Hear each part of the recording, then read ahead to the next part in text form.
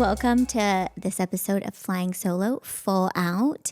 I feel like people have been coming back from vacations. They've been on trips. It's been holidays. It's been like that time of the year where people are traveling and doing stuff and going skiing and going to places. And I was in Lake Tahoe a few years ago where like I used to grow up going skiing there, and I was there like that. My dad like would take us there for spring break and whatever, but I went with my friends in the summer, and I'd never been there in the summer.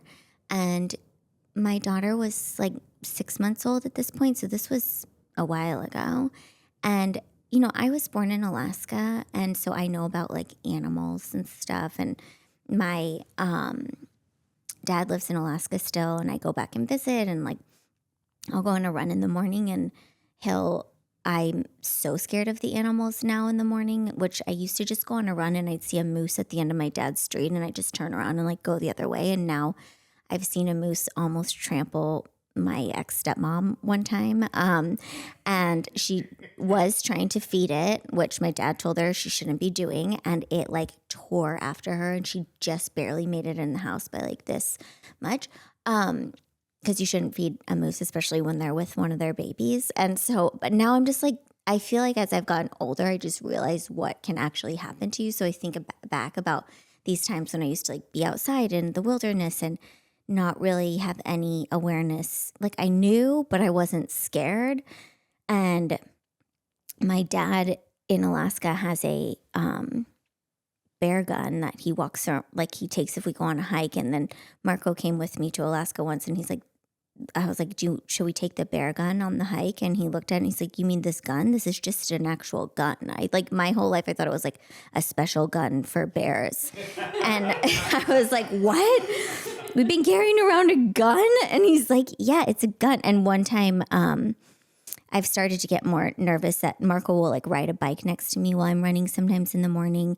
And you have to take bear spray, which actually is for bears. It's not just like pepper spray. It's like real bear spray. It's like pepper spray that like shoots out far and stuff. So I don't know. I knew that stuff like that was out there, but you know, I'd never seen anything really happen to anyone. And then we're in Lake Tahoe, and in the summer when the bears are out, you know, I've only been there in the winter when they're not out, and everybody is like, you know, don't leave anything in your car. The bears in Lake Tahoe are insane.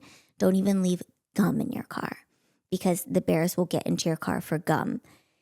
And so we're staying at this cabin with like two other families, and my friend was pregnant at the time, and my husband and my daughter and I were sleeping in like the back part of the cabin on the first floor, and everybody else was like in the front of the cabin at the top.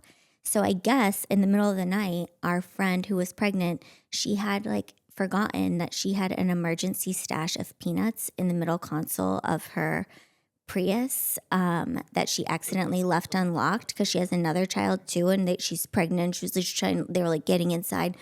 So she left peanuts in her car, and our friend woke up to the car alarm going off of this Prius, and she looked out the window and she's like, that's weird. Like the lights are flashing, the car alarm's going off, and like everybody who was in the front of the house woke up. Thank goodness I didn't wake up because this would have terrified me. But this bear like there was a bear that got stuck inside of the car, locked itself in the Prius. I'll tell you what happened to the car, but this is what I woke up to the next morning. I like to go on a run before anyone wakes up. A long text.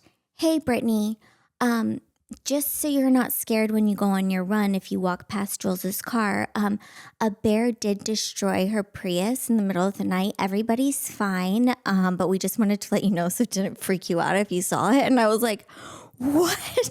What happened? So apparently this bear gets stuck in the car, and they called the bear hotline, which is what you're supposed to do. And the bear hotline guy told them, everybody's awake. Also, my friend Kate, her son, who I think was like 8 at the time, was awake too. And he's now saying that, calling the night adventure night. He's like, it's adventure night. Like there's a bear in the car.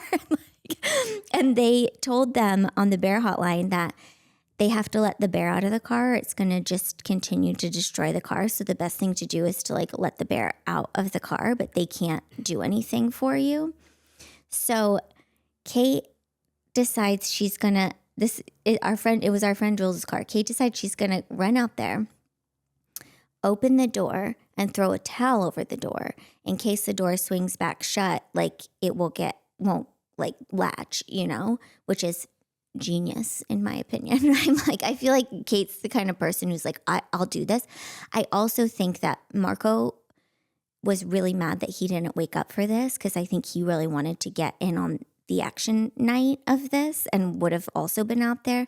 And I think if I was awake, I would have been on everybody's backs, holding them inside, crying, crying, being like, don't go out there. You're all gonna die.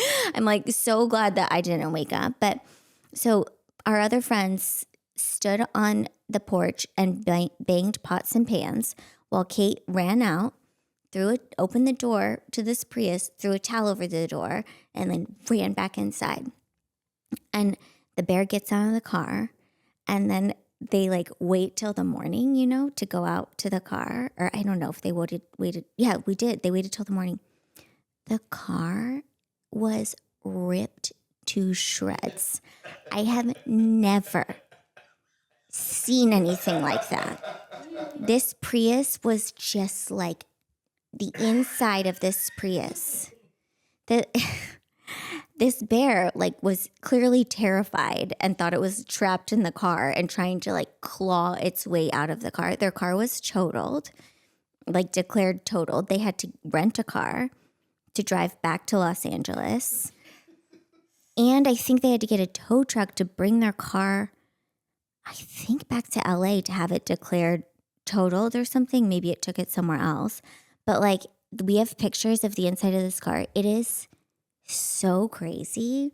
I sent it to my dad who lives in Alaska, and he's like, I have never seen anything like that. I feel like the bears in Alaska are not like that. The bears in Lake Tahoe, when they warn you about the bears in Lake Tahoe, it is like real. Like in Alaska, if you're camping, there are bears. Like they, my dad has them like come up on his porch. Like we see them around all the time, and like you pack your stuff up in the proper bins and whatever. But getting in people's cars and then we started to hear more stories from everybody in Lake Tahoe. It was like, oh yeah, I had a bear tear my car apart for a piece of gum or this or that. It's like, it's crazy. So anyways, animals are intense.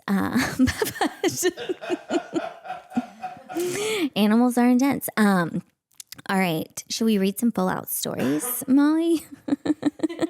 I feel like that bear really went full out on that Prius. So yeah. No, it sounds like it. I'll have to find the picture of the car. Maybe we can attach it for this. We can post it for this solo episode for sure.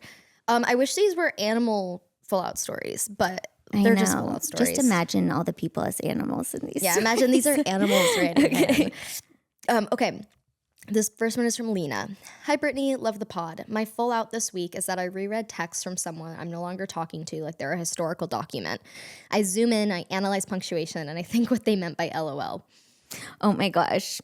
That is so funny. I feel like we get a lot so of people relatable. Who are like, I feel like we get a lot of stories about people who are like, I'm stalking my ex. I'm rereading these texts. I'm looking back at other things. I think, that's where I think the most people go full out. Like, because some people aren't full out people, but like everyone goes full out when it comes to exes and stuff. And stalking and exes and things like that. But like reading texts like that, that's surreal. Not even with just exes, but like friends. Like I'll just like, or old, like anyone who's not in my life anymore.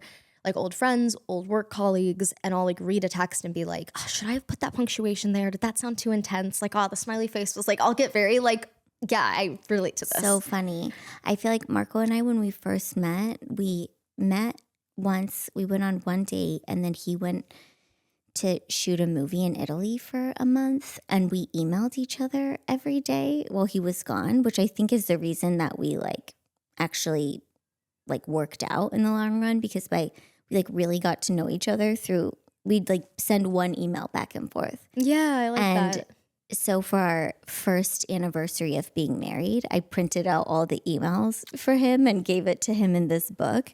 But they're like reading these emails, like it's like cute and stuff, but it's so like, everything from the past is gonna feel like a bit cringy of some sort. You're not the same person anymore. Like it all feels like, even a text you sent a month ago, it's like, why'd I say that? Like, yeah. I have letters because we used to write handwritten letters. I don't know if did your generation do that? No.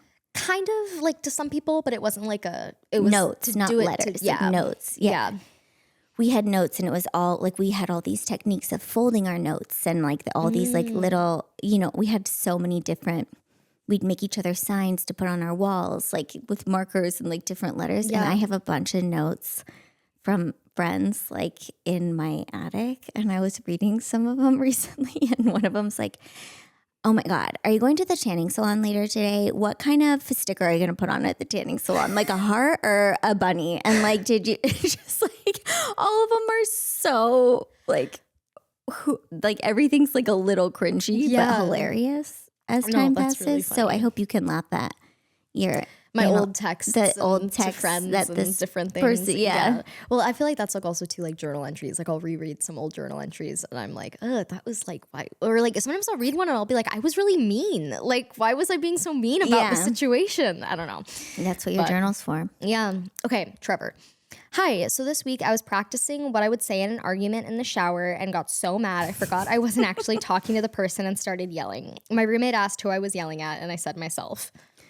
Oh my gosh. I wish you had a roommate that you could say my imaginary conversation I'm having with this other person. Yeah. That's so funny. I did that on a run this week. It's like been the holidays and everything, and something happened, and I was just like so mad.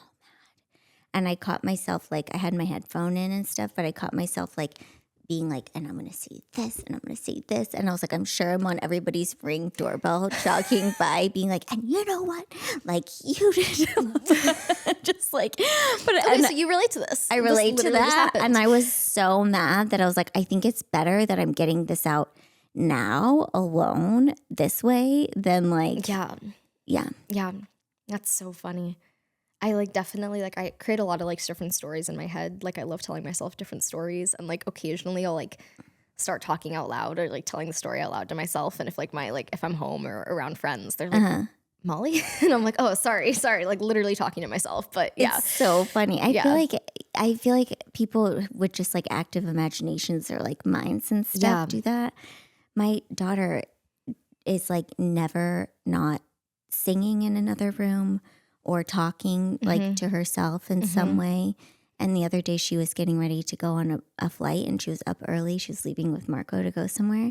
And I was like helping her get ready for the airport. And I heard her like in the other room being like, okay, Greta, yeah. All right, well, I have to go right now because I'm about to go to the airport, pretending to have a phone call with like her best friend in like while she's getting ready. She was having a fake imaginary phone call, and I was like, this is so cute because like everybody's kind of doing something like that in their head all the time, and kids just say it anyways. That's what we're all already doing. Yeah, I think it's pretty normal, but it was so funny. She also talks in her sleep a lot, and oh my God, we went to Disneyland with our kids, and our friend took us because she has a show on Disney. Ooh. So she got to take us for like this special like Disney day. It was amazing. I'm like spoiled. I can never go.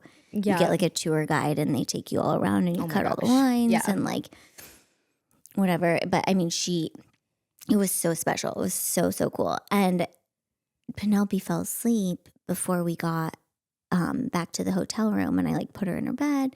And then I went to, I was like getting into bed, and she talks out loud like as if she's awake, and she's like, good night, Booty. And then she like laid down her head, and then I fell asleep. And then Marco said because we don't like, she sleeps in her own room. So it's rare that we really get to hear what she's saying. So in the hotel, he said everybody was asleep after like a magical day at Disney, and Penelope in full volume just goes, Merry Christmas!